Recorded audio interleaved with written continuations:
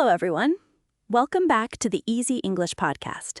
I'm Hannah, and as always, I'm here with my co-host, Alex. How are you doing today, Alex? Hi, Hannah. I am doing great, thank you. And a big, warm welcome to all of our listeners around the world. Today, we have a very interesting, slow, and beginner-friendly story for you. Yes, we do. Today's story is about a big mistake. Have you ever borrowed something from a friend, Alex, and then something went wrong? Oh, absolutely. It is a terrible feeling. Your heart sinks, and you think, oh no, how am I going to explain this? Exactly.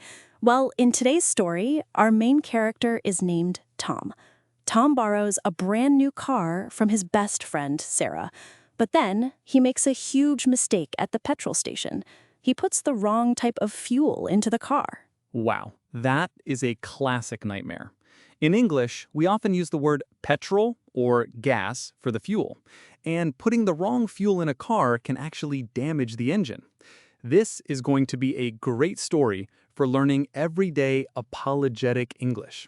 Let's set the scene first. Yes, let's start the story. Imagine a sunny Saturday morning. Tom needs to visit his grandmother, who lives in a town far away. He does not have a car, so he asks his best friend, Sarah, for help. Sarah is incredibly kind. She says, "Of course, Tom, you can borrow my car." But here's the thing. Sarah's car is brand new. She just bought it last week. A brand new car. That is a very big deal. If someone lends you a brand new car, they really trust you. To lend means to give something to someone for a short time. And to borrow means to take and use something that belongs to someone else, promising to return it.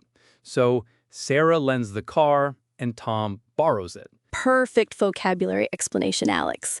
So Tom is super excited. He gets into the car. It still has that new car smell. You know that smell, right, Alex? Oh yes, the clean, fresh plastic and leather smell.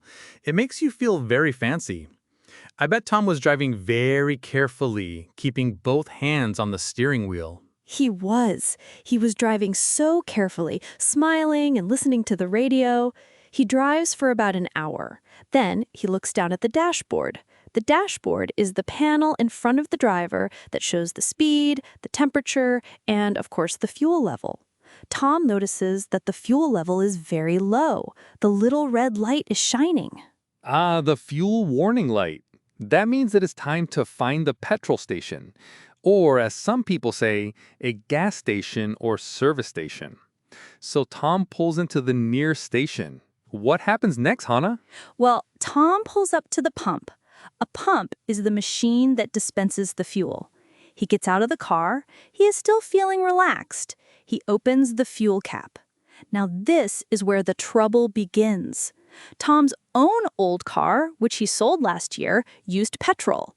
Regular, green-handle, unleaded petrol. But Sarah's brand new car is different. It has a modern, quiet diesel engine. Oh no, I can see where this is going. Diesel and petrol are very different. If you put petrol into a diesel engine or diesel into a petrol engine, it can cause major problems if you start the car. So Tom is standing at the pump. He grabs the green nozzle for petrol, right? Yes, he does. He is not thinking. He is thinking about what he wants to eat for lunch or what he will say to his grandmother. He puts the green petrol nozzle into the car, pulls the trigger, and fills the tank. He fills it all the way to the top. It costs him 60 pounds. He is happy because he thinks he is doing a nice thing by returning the car with a full tank of fuel. That is a very polite thing to do. Normally, when you borrow a car, the golden rule is to return it with a full tank of fuel. It's a way of saying thank you. But in this case, it was a disaster. A total disaster. Tom puts the nozzle back, closes the fuel cap, and walks inside the shop to pay. He pays the cashier, smiles, and walks back to the brand new car. He gets in, puts the key in the ignition, but just before he turns the key to start the engine, he pauses. He looks at his receipt. On the receipt, it says, unleaded petrol. Then he looks at the dashboard of Sarah's car. Right next to the fuel gauge, in tiny letters, it says diesel only. Oh, wow. His heart must have stopped beating for a second. That realization is the worst feeling in the world. He suddenly realizes, I just put petrol into a diesel car. Exactly. His heart absolutely drops. He feels a cold sweat on his forehead. You know that feeling when you realize you made a massive mistake and your stomach just does a flip? Oh yes, it is a terrible feeling. We call that panic. He is sitting there, frozen. His hand is literally on the key. He is so lucky he did not turn it yet. If you start the engine, the wrong fuel goes everywhere inside the car's system. That can ruin the engine completely, and it is incredibly expensive to fix. By the way, if you are enjoying this story and find our slow English helpful, taking a second to like this video or subscribe really helps our channel reach other learners around the world. It really does. And please leave any questions in the comments. We read and reply to them all. Anyway, back to our story and that stressful moment at the pump. Yes, thank goodness he looked at that receipt. He takes his hand off the key immediately. He takes a deep breath, but he is still shaking. He thinks, what do I do now? His first reaction is to search on his phone. This is what we all do, right? We look something up online. To look up means to search for information. For example, if you do not know a word, you can look it up in the dictionary. That is a great phrasal verb, look up. So, Tom looks up petrol in diesel car what to do on his phone. He finds a lot of websites and they all say the same thing in big, bold letters. Do not start the engine. Yes, it is the #1 rule.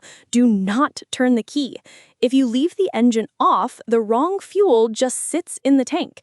It is still a problem, but it is a much smaller, cheaper problem to fix. The websites say he needs to get the tank drained. To drain means to empty all the liquid out of something.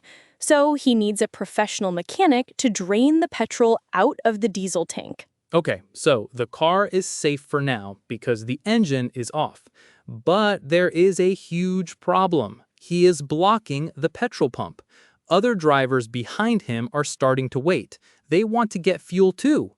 He cannot just leave the car there, and he cannot start the engine to move it. This is a very embarrassing situation. It really is. Tom feels so embarrassed. He gets out of the car, goes back into the station shop, and speaks to the cashier. He has to explain his mistake. He says, "Excuse me, I have a bit of an emergency. I put the wrong fuel in my car." This is a polite, simple way to start a conversation when you have a problem. I have a bit of an emergency. That is a very useful phrase. It is polite because it warns the other person that you need help quickly. The cashier is probably used to this. It actually happens quite often. What does the cashier say? The cashier is very nice. She says, "Do not worry, this happens all the time, but we need to move your car away from the pump so other people can use it. Can you push it?" Tom realizes he cannot push a heavy car by himself. So the cashier calls another staff member, and together they help Tom push the brand new car into a parking space at the side of the station. That is a relief. At least he is not blocking the queue anymore. But now comes the hardest part of the whole story. He is sitting in the passenger seat of this beautiful, quiet, brand new car, and he has to make a phone call. He has to call Sarah. Oh, I would be so terrified. Calling a friend to say you broke or damaged their brand new possession is the worst. He holds his phone, his thumb hovering over Sarah's name. He hesitates. To hesitate means to pause before doing something because you are nervous or unsure. He hesitates for a full minute before he finally presses call. We should talk about how to apologize in English in a situation like this. When we make a big mistake, we need to be very clear, very polite, and we must take responsibility. We cannot make excuses. Let's see how Tom handles it when Sarah answers the phone. Sarah answers with a cheerful voice. "Hi, Tom. How is the drive going? Is the car nice?" Tom swallows hard. He says, "Hi, Sarah. Yes, the car is amazing, but I am so sorry. I have some bad news. I have made a terrible mistake." That is a good start. He starts with a sincere apology. I am so sorry. And then he prepares her with, I have some bad news, and I have made a mistake. This is much better than just blurting out, I broke your car. It gives the other person a second to prepare themselves emotionally. Exactly. Sarah sounds worried now. She asks, "What happened? Are you okay? Did you have an accident?" Tom quickly reassures her. He says, No, I am completely fine, and the car is physically fine. There are no scratches. But when I went to fill up the tank, I accidentally put petrol in it instead of diesel." Oh, the silence on the other end of the phone must have been deafening. Accidentally is a key word here. I accidentally did something. It means you did not mean to do it. It was a mistake. For example, I accidentally dropped my cup, or I accidentally sent the email to the wrong person. Yes, accidentally is perfect here because it shows it was a genuine error. Sarah is silent for a moment. Then she sighs and asks, "Oh no. Did you start the engine?" This is the crucial question. Yes, she knows about cars. If he says yes, she will be furious because her new car is ruined. But Tom is able to give her some good news. He says, no, I didn't. I realized my mistake just in time. The engine has not been turned on at all. The petrol is just sitting in the tank. And that is the magic moment. When Tom says, "No, I didn't start the engine," you can almost hear Sarah's huge sigh of relief through the phone. She says, "Oh, thank goodness, that is a massive relief." To say something is a massive relief means you feel so much better after feeling very stressed or worried. Yes, a massive relief is like a heavy weight lifting off your chest. For example, it was a massive relief when the doctor said my leg wasn't broken. So, Sarah is relieved, but they still have a big problem. There is a tank full of the wrong fuel. What do they do now? Well, Sarah says, "Okay, Tom, thank you for telling me immediately, and thank you for not starting the car. That was very smart of you." This is another great phrase. Thank you for telling me immediately. It means doing it straight away, without waiting. Right. If you make a mistake, do not wait 3 days to tell the person. Tell them immediately, which means right now, at this very moment. It builds trust. So, what is their plan to fix the car? Sarah suggests checking the car manual. The car manual is the small book that comes with every car. It has all the instructions and information about how the car works. She says, "Look in the glove compartment. The manual should be in there. See what it says about misfueling." Ah, the glove compartment, or some people call it the glove box. It is that small drawer or compartment in front of the passenger seat. We use it to store important papers, maps, sunglasses, and of course, the car manual. And misfueling is a great vocabulary word. It simply means putting the wrong fuel in a vehicle. Oh, yes, the internet can be very scary. He reads that diesel acts as a lubricant. It helps the engine parts move smoothly. But petrol is different. Petrol acts like a solvent. It actually strips away the lubrication. That sounds technical, but very important. A lubricant makes things slippery and smooth, like oil. A solvent is like a cleaner that washes the oil away. So if petrol gets into a diesel engine, the metal parts rub together without any oil. That causes friction, heat, and eventually the engine completely destroys itself. Precisely. The online advice says, if you start the engine, the fuel pump will push the petrol through the system, and you will need to replace the entire engine, which costs thousands of pounds. Tom reads this to Sarah, and they both shudder. To shudder is to shake slightly because you are cold, scared, or thinking about something unpleasant. I would definitely shudder if I heard that. It sounds incredibly expensive. But luckily, because Tom did not turn the key, the petrol is still only in the fuel tank. It has not reached the engine yet. Exactly. So the manual and the online websites both give the same solution. They say the tank must be drained and flushed. To drain means to empty all the liquid out, and to flush means to clean it with a fresh liquid to make sure it is completely clean. Yes, like when you drain the water from cooked pasta, you let all the liquid go away. And flushing is like rinsing a dirty glass. You want to get every single drop of petrol out before you put any diesel back in. But how can Tom do this at a petrol station? He doesn't have the tools. He can't do it himself.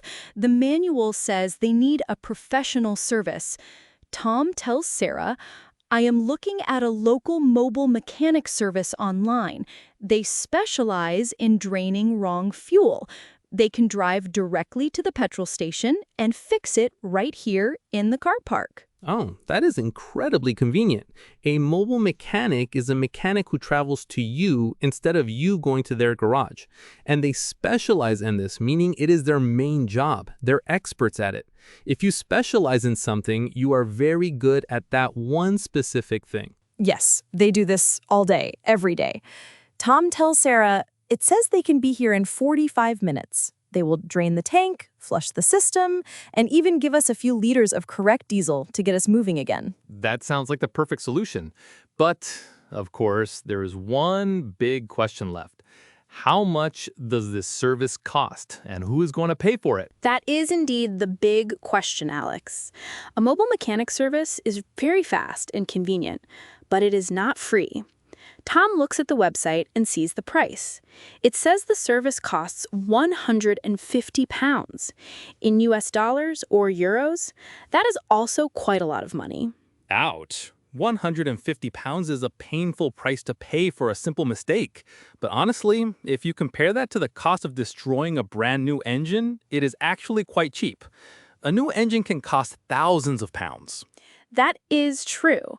And of course, because it was Tom's mistake, he knows he must pay for all of it. He cannot ask Sarah to pay a single penny. To pay for all of it means he is fully responsible for the cost. Absolutely. That is the first rule of borrowing things from friends. If you break it or if you make a mistake, you pay to fix it. So Tom has the solution. He has the price, and he has the mobile mechanic on the way. Now comes the most difficult part of the whole story. Yes, the phone call. Tom has to pick up his phone, call his friend Sarah, and explain exactly what happened. He is extremely nervous. His hands are probably shaking a little bit. I can imagine. Making that kind of call is so hard. Let's practice how to do this in English. What is the best way to start a difficult conversation like this? You want to be polite, clear, and very apologetic. Exactly. To be apologetic means you show that you are truly sorry. You should not try to hide the mistake or make excuses. The best way is to say it directly and say sorry immediately. Right. You should not say, well, the petrol pump was confusing color. That sounds like you are blaming the petrol station. Instead, you should take full responsibility. Yes, let's listen to how Tom starts the call. He says, Hi, Sarah. I am so sorry, but I have some bad news. I made a really stupid mistake with your car. That is a great start. It is honest, direct, and very polite. He uses the phrase, I am so sorry. Repeating so twice shows deep emotion. It is much stronger than just saying, I'm sorry. And then he explains the problem simply. He says, I accidentally put petrol into your diesel engine. I am at the petrol station right now. Notice how he uses the word accidentally. This is a very useful adverb. It means you did not plan to do it. It was an accident. For example, I accidentally deleted my homework. Or I accidentally dropped my phone. Yes, it is a key word when explaining mistakes.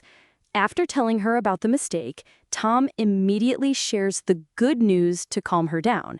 He says, "But please don't worry, I did not start the engine. The car is completely safe." Ah, that is a brilliant move. If you give someone bad news, you should always follow it with a solution.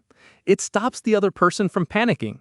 If Tom just said, "I put the wrong fuel in," and stopped talking, Sarah would think her new car was ruined. Exactly. By saying, "I did not start the engine," he reassures her. To reassure means to say something that removes doubt or fear. He lets her know that the big danger is avoided. And then he explains the action plan. He says, "I have already called a mobile mechanic. They are coming in 40 minutes to drain and flush the tank. I am paying for everything, and the car will be perfectly fine." That is the perfect way to handle it. He takes responsibility, explains the solution, and reassures her about the cost. How do you think Sarah reacts, Alex? Well, if I were Sarah, I would feel a bit shocked at first. But then, hearing how responsible Tom is being, I would feel relieved. Relieved means feeling happy because something unpleasant has stopped or did not happen. Yes, Sarah is indeed a very kind friend. She says, "Oh, Tom, I am glad you are safe, and I am so glad you didn't start the engine. Thank you for sorting it out so quickly." What a wonderful friend. She uses the British English phrasal verb to sort something out. This is incredibly common. It means to solve a problem or organize a situation. For example, "Don't worry about the tickets. I will sort it out." I love that phrasal verb. To sort out is used every day. Tom replies, "Thank you for being so understanding, Sarah. I will keep you updated and let you know when the mechanic finishes." Another great phrase, to keep someone updated. This means to give someone the newest information as it happens. It is very polite, especially when you are looking after someone else's property. So the story ends well. The mechanic arrives, drains the petrol, flushes the system, and puts some diesel in. Tom pays the money, drives the car safely back to Sarah, and they are still great friends. That is a beautiful ending to a stressful situation. It shows that mistakes happen to everyone, but if you are honest, polite, and take responsibility, you can solve any problem without losing a friend. Absolutely. It was a great lesson for Tom and a fantastic lesson for our listeners to learn some very useful vocabulary about cars, mistakes, and apologizing in English. It certainly was. Well, that brings us to the end of today's episode. Thank you so much for listening to us today on the Easy English podcast. We hope you enjoyed the story and learned some great new phrases. Until next time, keep practicing your English, take care, and goodbye.